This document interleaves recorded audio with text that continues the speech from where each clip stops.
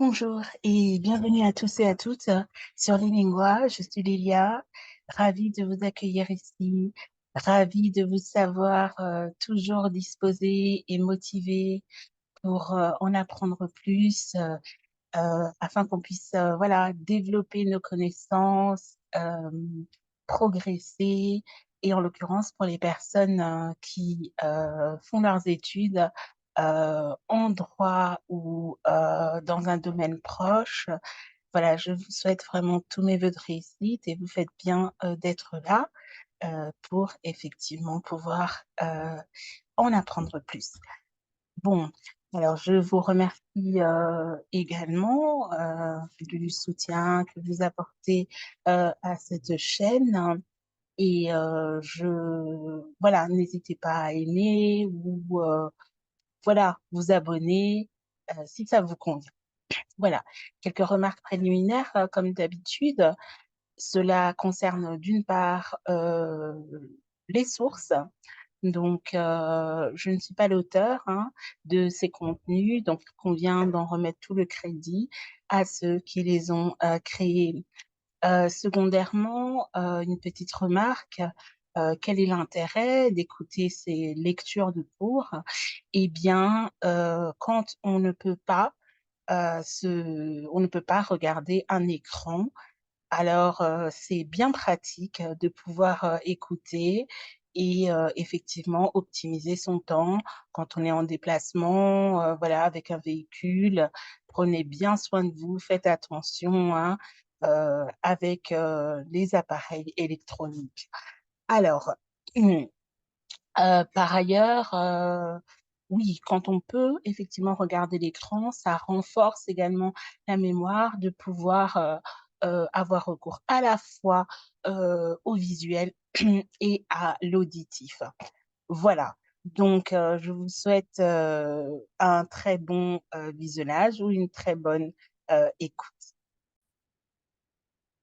Nous allons donc, commencer avec, le droit de la famille. Hem, voilà. Alors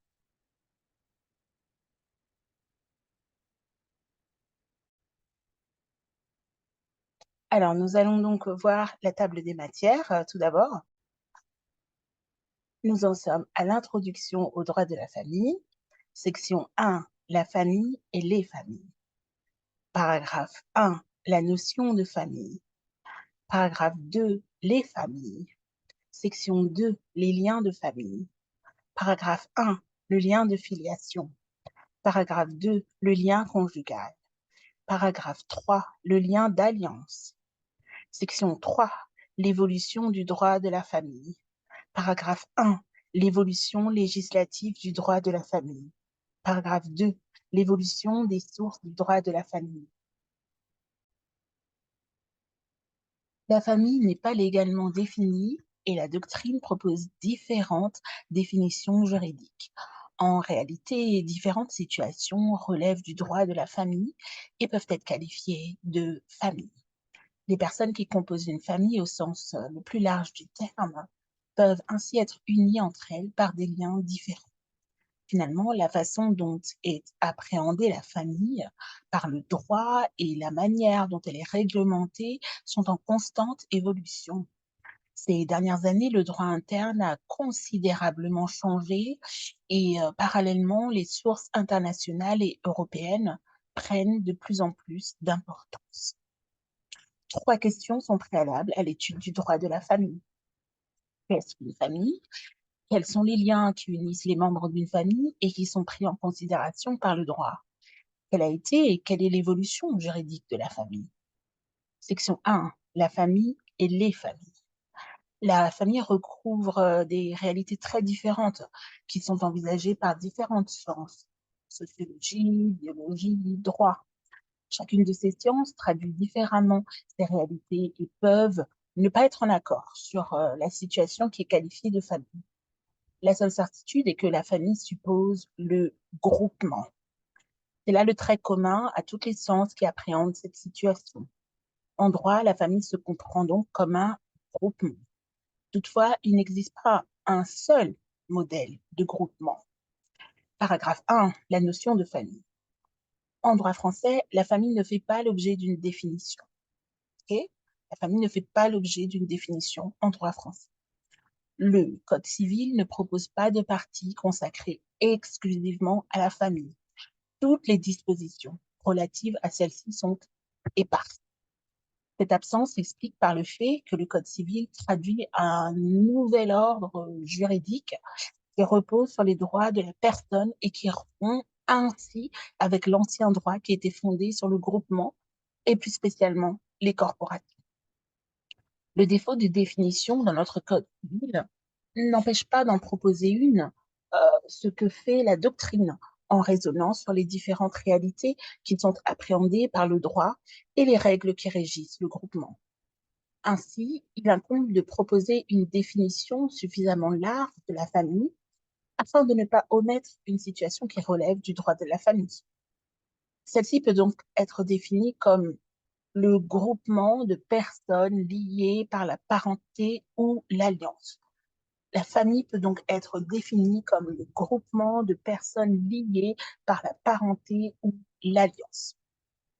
Cependant, différentes théories doctrinales proposent des définitions plus précises de ce groupement.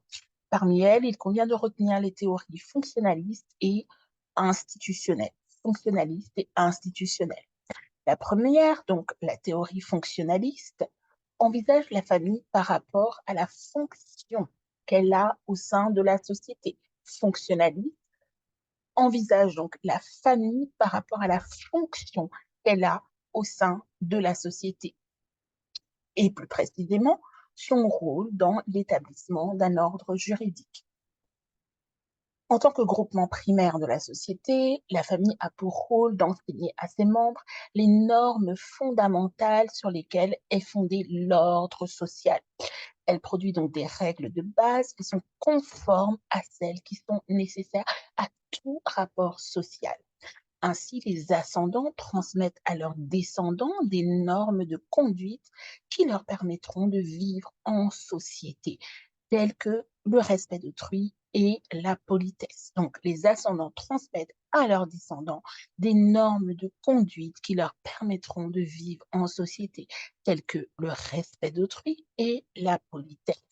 Dans une certaine mesure, le respect des règles sociales inculquées par la famille conduit l'individu à respecter celles qui sont prescrites par la loi française. D'ailleurs, si la famille ne parvient pas à assurer ce rôle essentiel d'éducation, c'est l'État qui la remplace par différentes mesures.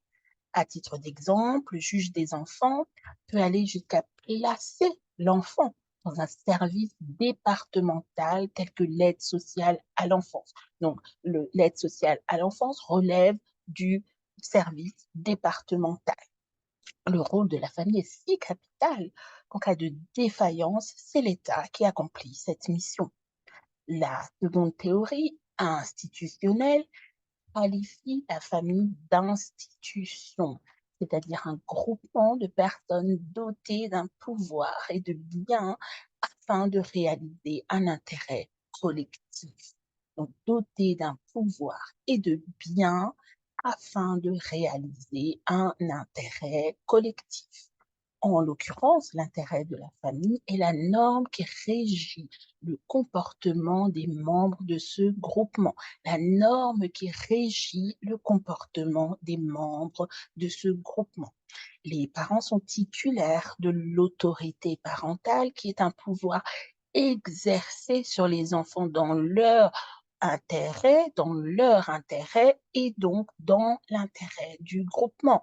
Les parents sont titulaires de l'autorité parentale qui est un pouvoir exercé sur les enfants dans leur intérêt et donc dans l'intérêt du groupement. Certains biens sont, sont destinés à l'utilisation de la famille. Ainsi en est-il des sépultures, ou souvenirs de famille, ce qu'on voit donc en cours de droit des successions. Cette institution privée qu'est la famille est juridiquement autonome. Institution privée juridiquement autonome, c'est-à-dire qu'elle crée des normes qui sont destinées à s'appliquer à tous les membres. Cette institution privée qu'est la famille est juridiquement autonome, c'est-à-dire qu'elle crée des normes qui sont destinées à s'appliquer à tous les membres. L'exposé de ces deux théories, institutionnelle et fonctionnelle donc, permet d'expliquer les difficultés que pose l'absence de définition de la famille, car il est difficile de trouver une acception susceptible d'expliquer le régime juridique propre à ce groupement.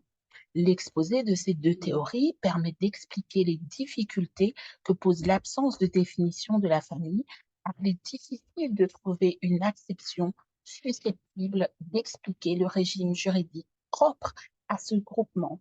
En outre, définir la famille peut s'avérer pernicieux, car la notion est en perpétuelle évolution. Certaines situations qui, auparavant, n'étaient pas considérées comme des familles sont désormais qualifiées comme telles. Les modèles familiaux sont ainsi multiples.